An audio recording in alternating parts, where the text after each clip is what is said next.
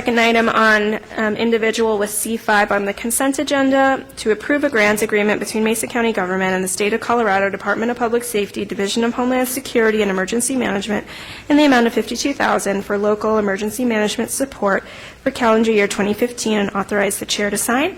We have Andrew Martsoff from Mesa County Sheriff's Office to present that item. Thank you. Good morning. My name is Andy Martsoff. I'm the Mesa County Emergency Manager. This grant between the county and the state of Colorado is essentially pass-through of federal funds for local emergency management support. It provides, the purpose of the grant is to recognize that disaster emergencies don't occur every day, yet preparedness for such events is an important aspect of government. So these funds pass through from the federal government to the state and on to local disaster emergency planning offices. It covers up to 50% of our program expenditures. In the case of Mesa County's grant, that does not cover a total 50% of our program. So there are performance measures in the grant, and it's good for communities to have programs like this in place, because it make sure that someone is making sure that our emergency plans are kept current, and that we are improving our emergency preparedness on a regular basis. So with that, do you have any questions for me? I don't have any questions, but why don't we have you sit down, and we'll see what questions Mr. King has, and if anybody else in the audience has, and you can address those. Kevin, just say your name for the record. Kevin King. So this particular grant, excuse me, my biggest concern was right off the get-go, and he mentioned it, was that it's federal monies that trickle down to Mesa County. And so now we have all these compliances. It sort of puts us in bed with the federal government and the overreach. And I don't even think it was mentioned. I think the BLM was even involved in this. And so here we are, talking about a potential lawsuit with BLM, and then we're taking money from the federal government. So I think that would be one of my first clarifications, is if we are accepting these, what compliances do we have to have in regards to that, for that money? And then what are we on the hook for after the grant money dries up? Are we on the hook for all of it, or just a portion of it? And do the federal guidelines continue forth even though we're not receiving any more grant money? So those would be my questions. Okay, thank you. Commissioner McGinnis, and then Andy, you can come on up. So Kevin, I'll point out kind of in reverse, the last question you asked is an excellent question. To give you an example, years ago on our, they had work, and John, you can help me on this, but I think some of the irrigation canals and some of the drainage canals got improvements. They got some money from the feds. And apparently there was small print in there that said they will comply with all future regulations. And so now, 30, 40, 50 years later, whatever, an issue came up not too long ago, and somebody said, hey, you know, all your drainage districts are now subject to this regulation. They can't contest it because they agreed to it when they got their funding years ago on an unrelated matter. That's exactly what the federal government does. Is they throw in the kind of what they call Christmas tree. They hang on additional regulations that come back to bite us later on, whether it's endangered species or things like that. So the last point that Mr. King made is especially pertinent.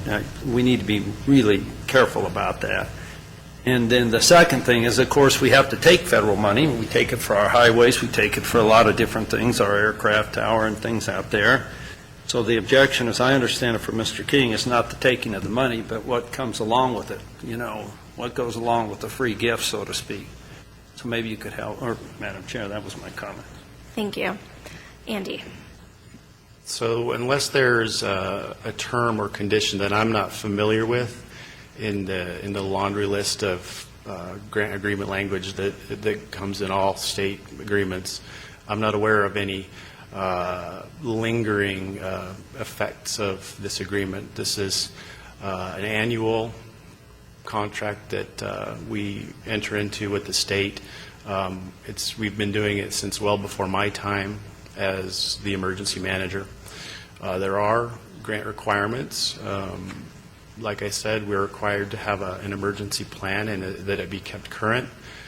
Most of the programmatic activities are created by myself. There gives me, as the manager, the opportunity to identify areas that I want to work on to improve our emergency preparedness program. So our contract is with the state of Colorado. It's not with the federal government. Madam Chair? Commissioner McGinnis. Yeah, I guess if you don't mind me asking, is this time sensitive, or could we defer it for a week just to make darn sure that? I don't. When the email that this came in with the state for the approval of the grant did not have a suspense date on it, so I don't have a problem with deferring it a week. Let's do that. Let's read through the grant agreement again, make sure. I didn't see anything that stood out as being an issue, but that doesn't mean it's not in there. So let's do that. Let's delay this item for 1 week, put it on the agenda for next week, and move forward. Thanks. Madam Chair, if I might, before the witness. Sure. Is done. I'm No, sorry. no. As soon as this concludes. No, I want to make sure we're going to defer it for a week.